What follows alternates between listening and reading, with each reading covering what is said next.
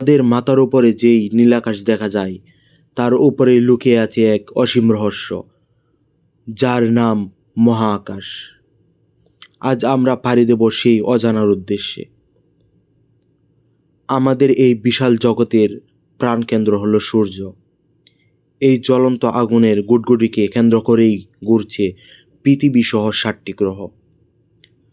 সূর্য না থাকলে আমাদের অস্তিত্ব হয়তো কল্পনাও করা সম্ভব ছিল না। মহাকাশের সবচেয়ে রহস্যময় এবং শক্তিশালী বস্তু হল ব্ল্যাক হোল বা কৃষ্ণগহ্বর। এর আকর্ষণ ক্ষমতা ততই বেশি যে আলোও এখান থেকে বেরিয়ে আসতে পারে না।